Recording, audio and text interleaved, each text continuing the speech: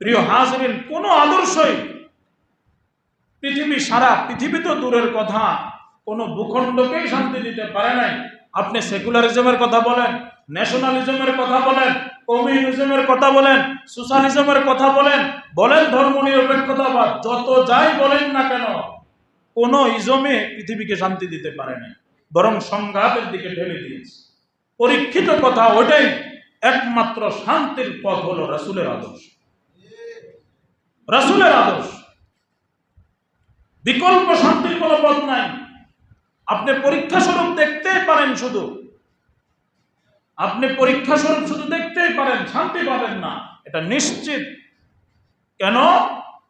আল্লাহ তাআলা রাসূল ব্যতীত অন্য কোন ব্যক্তি, কোন মতকে আল্লাহ মানুষের জন্য আদর্শ হিসাবে উপস্থাপন করেন নাই। আল্লাহ তাআলা কিয়ামত পর্যন্ত আনেওয়ালা উম্মতের জন্য একমাত্র আদর্শ হিসাবে উপস্থাপন করেছেন রাসূল আকরাম সাল্লাল্লাহু আলাইহি ওয়াসাল্লাম। বাস যাদের মধ্যে রাসূলের আদর্শ আসবে, যে চাই সে ব্যক্তি হোক, চাই সে সমাজ হোক, চাই সেটা রাষ্ট্র হোক, আমি এখানে শুধু রাষ্ট্রের কথা বলতেছি না, ব্যক্তি কেন্দ্রিক কোন ব্যক্তির মধ্যে যদি রাসূলের আদর্শ আসে, রাসূলের ব্যক্তি জীবন আছে না? আরে রাসূল একজন ব্যক্তি ছিলেন না? রাসূলের ব্যক্তি জীবন আছে। রাসূলের পরিবার ছিল না? আপনি তো আপনার এক পরিবার নিয়ে বেসামাল।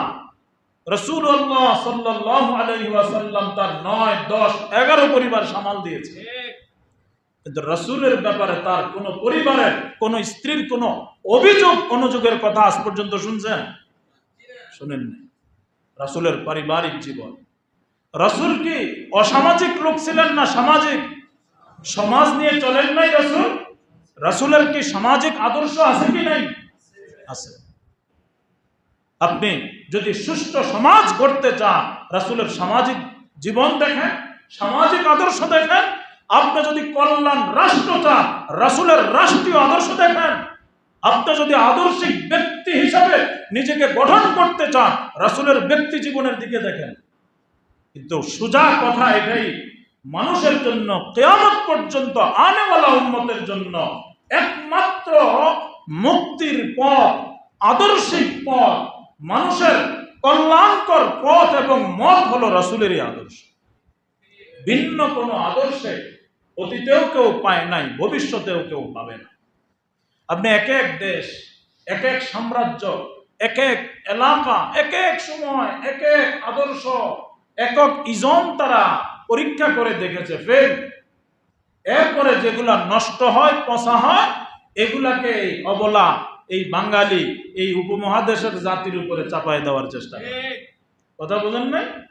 কারণ আমরা তো সহজ সরল, বা যে যেটা খাওয়া এটাই খাই, কিন্তু এটা খাইলে আমার পেট ঠিক থাকবে না নষ্ট হবে, এই বিবেক বিবেচনা তো আমাদের মধ্যে নেই।